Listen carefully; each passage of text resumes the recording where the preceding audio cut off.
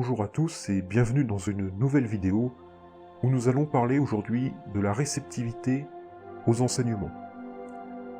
D'abord, il faut savoir que nous sommes tous plus ou moins réceptifs aux enseignements bouddhiques. Il est dit que certains, qu'ils aient un mauvais ou un bon karma, sont capables d'atteindre l'éveil dès le premier enseignement. Donc ça dépend évidemment de la volonté et de ce qu'on appelle la réceptivité de l'esprit. Alors, lors de mes premières vidéos, je vous ai fait savoir que vous, et seulement vous, serez capable de comprendre véritablement les enseignements. C'est ça qu'on appelle la réceptivité. Ce que je fais, moi, personnellement, en publiant ces vidéos, c'est vous présenter seulement la base de ces enseignements. J'essaye de vous élever vers une potentielle voie spirituelle. Alors évidemment, la réceptivité était plus efficiente il y a quelques centaines d'années, car les illusions dans ce monde étaient moins puissantes, moins intenses que celles d'aujourd'hui.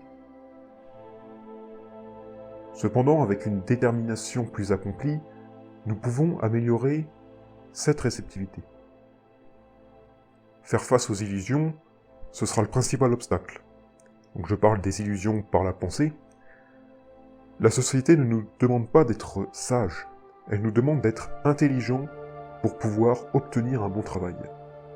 Et on l'a vu ensemble, l'intelligence, c'est, à un certain niveau, un défaut pour parvenir à l'éveil. Inutile de vous dire aussi que l'intelligence renforce l'ego. On devient alors trop confiant et on finit par nous renfermer dans le piège du samsara. L'éducation et le monde du travail nous entraînent à développer un sens critique à ce que nous faisons, à repérer la moindre faille dans notre travail, ce qui fait que nous doutons de ce que nous faisons. Et en pensant comme ça, on en oublie le cœur de notre accomplissement et du bienfait que l'on peut créer autour de nous à l'issue de la tâche effectuée. Oublier le jugement et développer la réflexion positive de nos actions nous entraînerait petit à petit vers la réalisation. Mais accomplir ça, ça demande là aussi une détermination sans faille. Je pense que c'est aussi valable avec la religion. Quelle que soit votre religion, nous avons tous, à un moment ou à un autre, douté, en mettant en évidence ses points faibles. Et comme nous sommes occupés à douter, on en oublie encore une fois l'essentiel, c'est-à-dire être conscient que l'être humain est ignorant et admettre que nous n'avons pas tout compris. C'est ça qui est véritablement inspirant.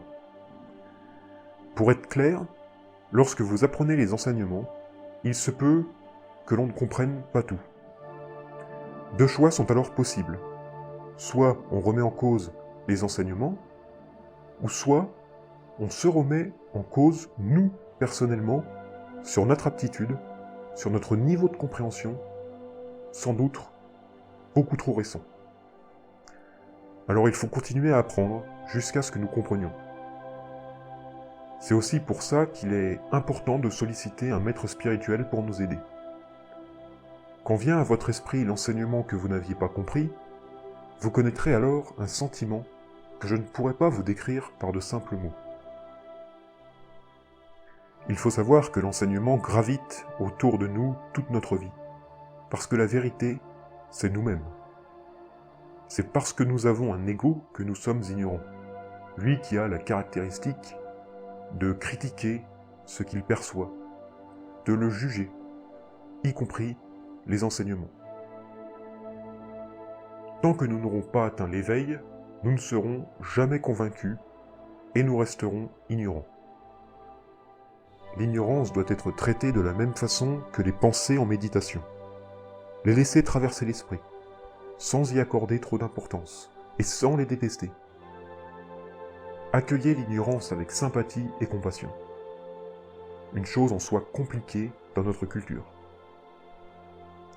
Et si par hasard, l'ignorance vous dérange dans votre vie, alors passez du temps avec elle, méditez avec elle. Vous ne la ferez pas disparaître tant que vous n'aurez pas réalisé, donc ne soyez pas trop exigeant avec elle. Il ne faut pas oublier non plus que l'esprit est plus réceptif dans un environnement adéquat. Conservez également les qualités secrètes pour lutter contre l'ego. Le reste n'est qu'une question de patience. Les enseignements bouddhiques demandent du temps, comme si nous apprenions une nouvelle langue. La réalisation s'effectue par degré de conscience, c'est-à-dire que nous devons commencer par comprendre les enseignements, réaliser ensuite et s'éveiller finalement. Compte tenu de la grandeur de l'achèvement, je crois que la patience est la plus grande qualité. Je vous quitte là-dessus, n'hésitez pas à vous abonner à la chaîne pour pouvoir retrouver l'intégralité de mes vidéos. En attendant, je vous souhaite une excellente fin de journée et on se retrouve la semaine prochaine.